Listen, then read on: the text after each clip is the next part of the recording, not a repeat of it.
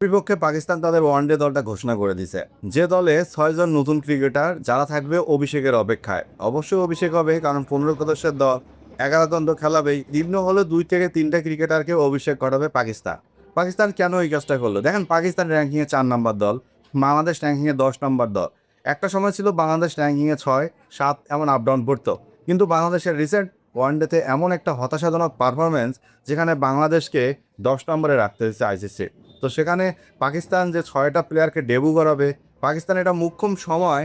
কারণটা হচ্ছে পাকিস্তানের যারা লিজেন্ডারি ক্রিকেটার আছে, বিশেষ করে বাবর আজমের কথা বলেন, রিজওয়ানদের কথা বলেন, তারা কিন্তু আউট অফ ফর্ম।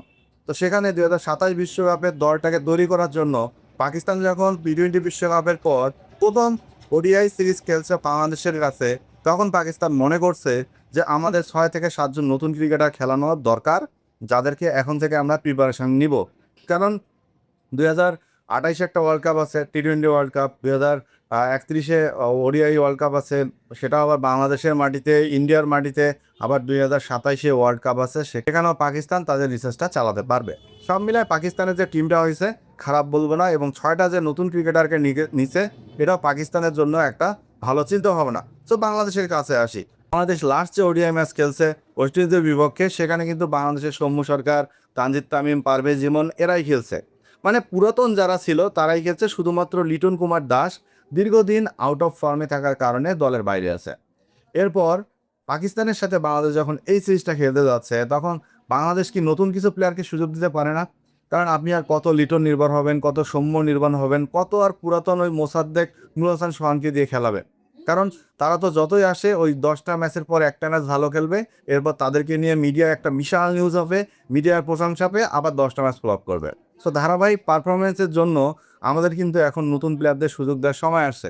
দেখেন, একটা সময় আমাদের সাকিব খেলতো, তামিম খেলতো, রিয়াদ খেলতো, মুশফিক খেলতো, মাশরাফি খেলতো, পঞ্চ পাণ্ডব আমরা যাকে বলি। তারা যতদিন খেলছে, তাদেরকে আমরা জিম্বাবুয়ে, কেনিয়া, নেদারল্যান্ড, আয়ারল্যান্ড, উগান্ডাও যদি বাংলাদেশে আসতো, তাদেরকে আমরা খেলাতাম। আমরা কোনো জুনিয়র ক্রিকেটারদেরকে চান্স দিতাম না, জুনিয়র প্লেয়ারদেরকে সুযোগ দিতাম না। এই সুযোগটা না দেওয়ার কারণে আমাদের কিন্তু বিকল্প কোনো প্লেয়ার রেডি হয় নাই। আমরা কিন্তু কোনো এ দলকে সুযোগ দিইনি, এ দলের ক্রিকেটারদের সুযোগ দিইনি। আমরা কিন্তু কোনো স্পিড টিমের ক্রিকেটারদের সুযোগ দিই নাই। ওই ঘুরাই পিছে মোসাদ্দেক, নুর হাসান সোহান, সৌম্য সরকার, লিটন কুমার দাস এদেরকে খেলিয়ে খেলিয়ে এমন একটা পর্যায়ে চলে আসছি যে আমাদের দলকে যে লিড করবে, আমাদের যে একটা ক্যাপ্টেন থাকবে, সেটা কিন্তু আমাদের নাই।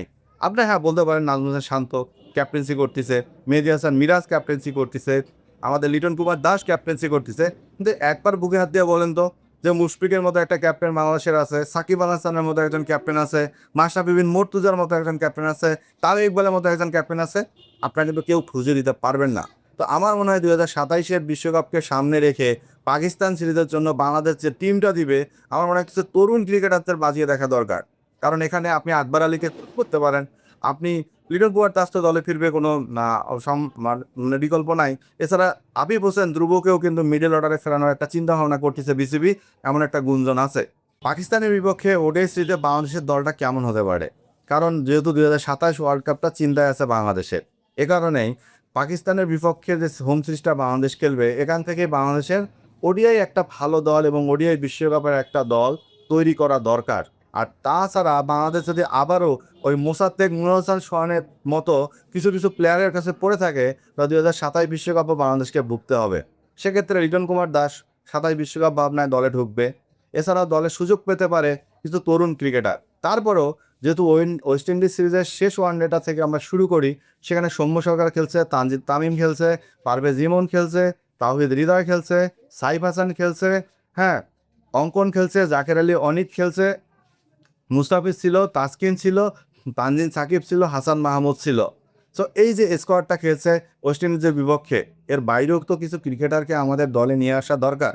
পরিবর্তন চাইলে পরিবর্তন করেন। দেখেন, জাকের আলী অনিক তো আউট অফ ফর্ম, ঘরোয়া ক্রিকেটেও কোনো ভালো খেলতে পারছে না, তিনি কিন্তু পর্যাপ্ত সুযোগ পাইছে। বিপিএল খেলছে, বিসিএল খেলছে, সব জায়গায় অনেককে বাজিয়ে দেখা হয়েছে, কিন্তু অনেক বরাবরের মতো ব্যর্থ। সো আপনি 5-6 নম্বরে যদি ট্রাই করেন, সেখানে আকবর আলীকে নিয়ে যেতে পারেন। মিডল অর্ডারে আপনি আফিফ হোসেন ধ্রুবকে বাজিয়ে দেখতে পারেন।